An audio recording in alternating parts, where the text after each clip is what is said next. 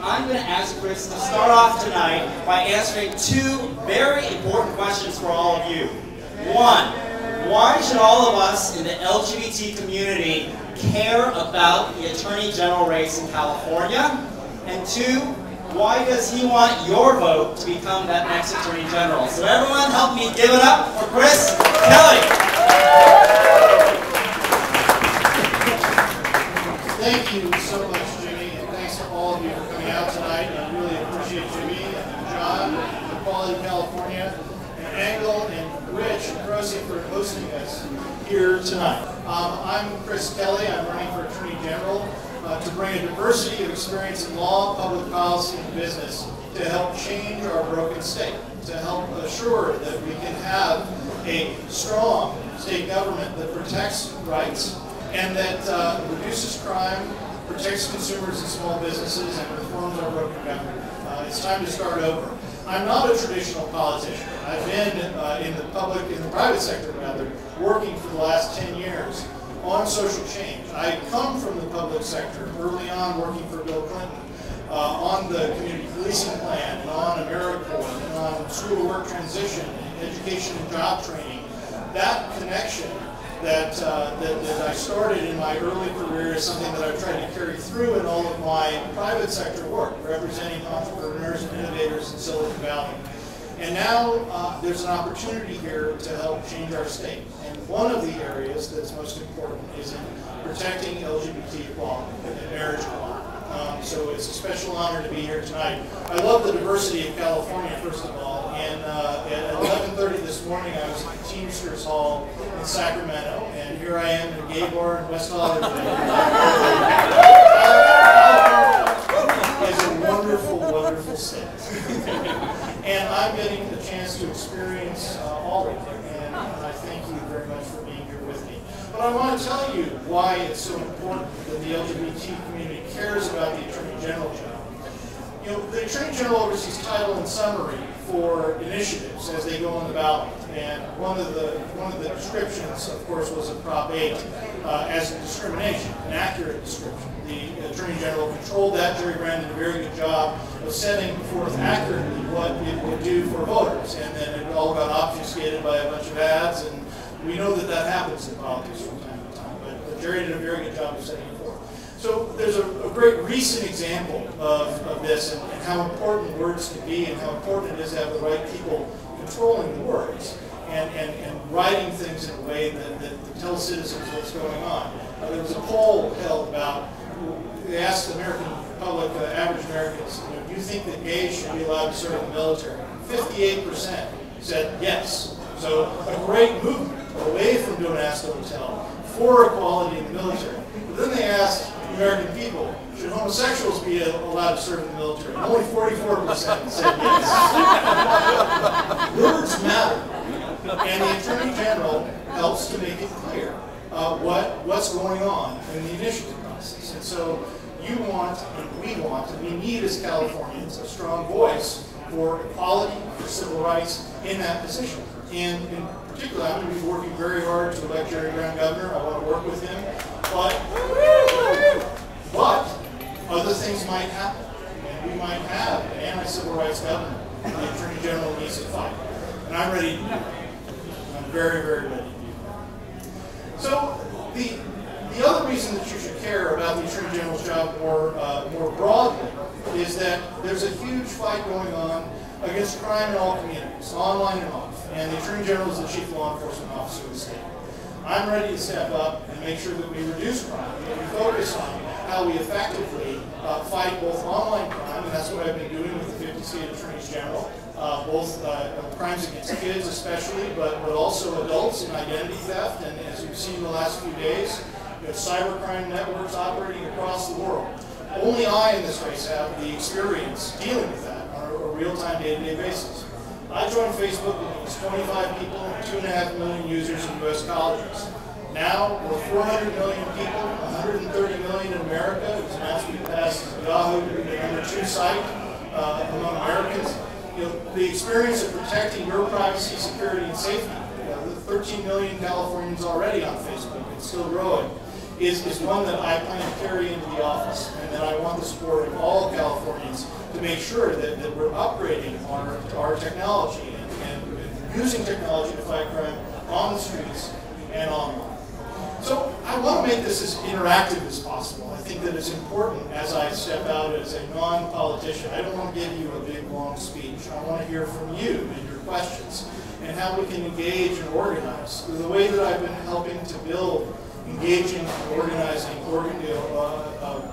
institutions in public life and in private life, from AmeriCorps and reconnecting young people with their communities across America in service to those local communities, to Facebook, allowing people to get together online, be more open and connected across their lives, to know a lot more about what's going on in your communities in real time, the people that you care about the most, using real identity and having those connections build deeper and broader and making the world, I hope, a better place. So with that, I'd love to throw it open for some questions, and we'll go from there and enjoy this wonderful, wonderful evening. So, Jeff.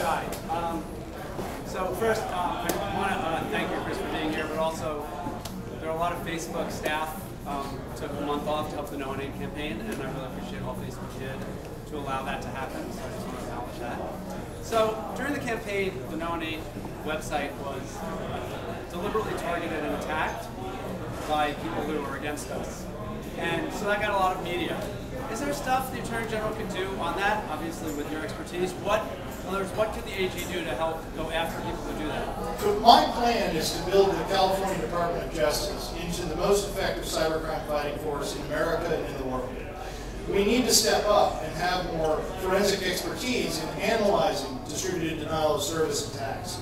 In any attempt to hack into various systems, and to know where that's happening, pinpoint it, and go after it. So at Facebook, we've had an aggressive strategy. We've sued spammers and hackers as they've tried to get on our site. We've gotten more than $1.5 billion in judgments against them. We haven't collected $1.5 billion, but we've collected millions of dollars from them. And this is one of the areas where in the tight budgetary time, the state can be using existing law as a way to generate revenue, fighting things like the attacks on the No Name website. So I'm dedicated, and I'm the only candidate in the race with the experience to step forward and do that. I've got five opponents in the Democratic primary who, as far as I can tell, are good Democrats and good people, but they're not going to bring the change that the state needs.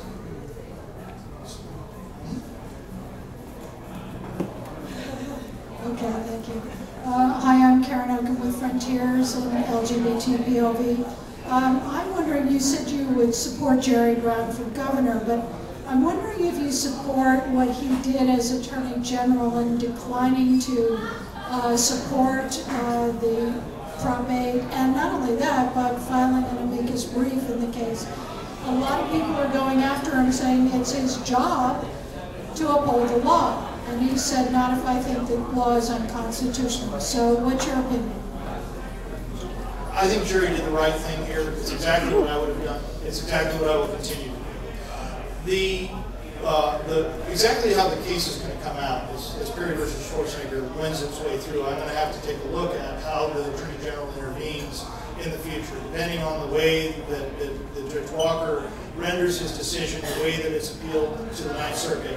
But I do believe that the Constitution protects marriage equality. And I've said that in a video that will be out in the coming days and distributed online. I think that it's important to stand up and say forthrightly, clearly, and unmistakably that I will be a voice for marriage equality as Attorney General.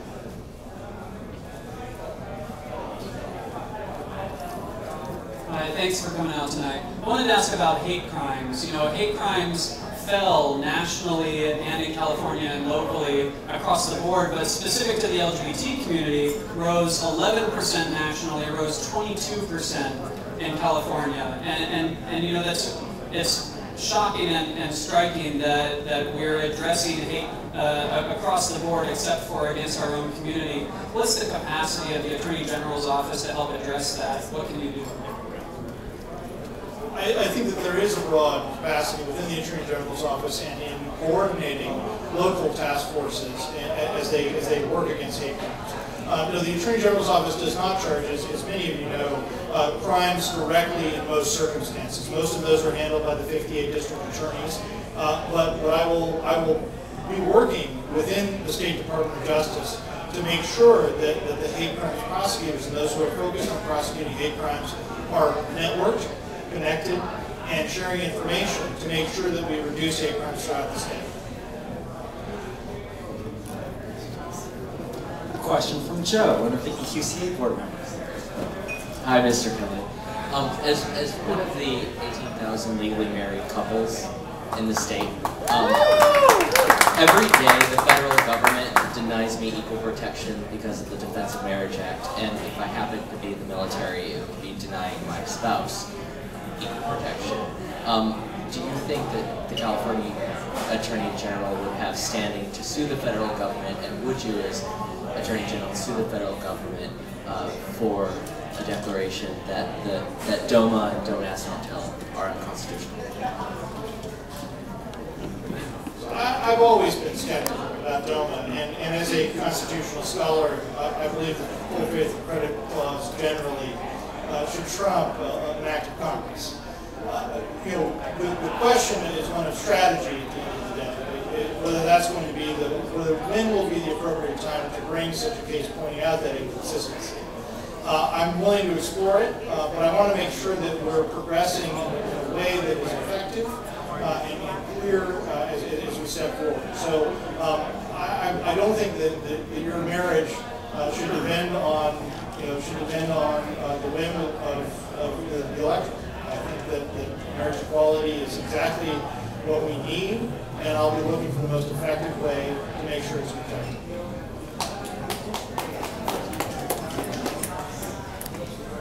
On one of your videotapes online, you said that you didn't want us to wait till 2012, you wanted to do it in 2010. Could you comment on that? So I am supportive of action now, and I want to make sure that we address this stain on our state constitution as quickly as possible. I'm also a political pragmatist, and I want to make sure that if we don't go forward in 2010, I support that. I'm ready to go. I'm ready to be a voice for it, but I'm also ready to be a voice for 2012. I'm not taking a particular position as to whether or not we should, hold off. I'm ready to go whenever you want. That's what that comes down to.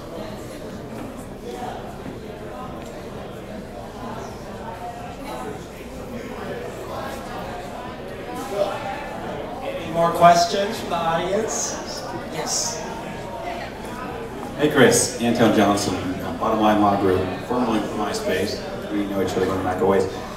Question for you regarding privacy issues involving children in schools and when they get online. I don't know if you saw the recent news story that just broke about a school district in Pennsylvania that got sued because they were covertly using webcams on laptops that students were using to surveil them when they were under suspicion for God knows what, including in their homes, which is obviously incredibly troubling kind of brother issue.